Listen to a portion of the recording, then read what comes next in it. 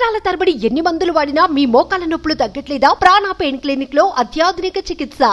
ఏపీలో పెన్షన్ పంపిణీ కొనసాగుతోంది. 1వ తేదీ ఆదివారం రావడంతో ఒకరోజు ముందుగానే పెన్షన్ పంపిణీ చేయాలని సీఎం ఆదేశించారు. ఈ మేరకు శనివారం ఉదయం 6 గంటల నుంచే సచివాలయ ఉద్యోగులు, టీడీపీ నేతలు ఇంటింటికి వెళ్లి పెన్షన్ పంచుతున్నారు.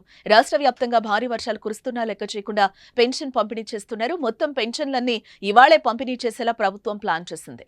అయితే భారీ వర్షాలు పడుతూ ఉండడంతో ఈసారి 100% పెన్షన్ల పంపిణీ తొలి రోజు పూర్తి కావడం కష్టమేనని భావిస్తున్నారు. సాధ్యమైనంత మేర పంపిణీ చేయబోతున్నారు.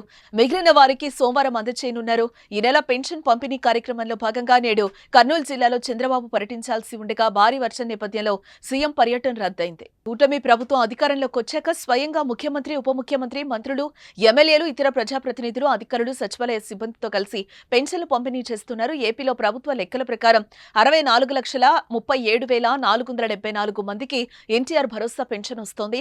వృద్ధులకు నెలకు 4,000 రూపాయలు పెన్షన్ ఇస్తూ ఉండగా దివ్యాంగులకు నెలకు 6,000, పూర్తిగా దివ్యాంగులైతే వారికి నెలకు 15,000 పెన్షన్ ఇస్తోంది. అలాగే కిడ్నీ, తల్సేమియా వంటి దీర్ఘకాలిక వ్యాధులతో బాధపడే వారికి నెలకు 10,000 ఇస్తోంది.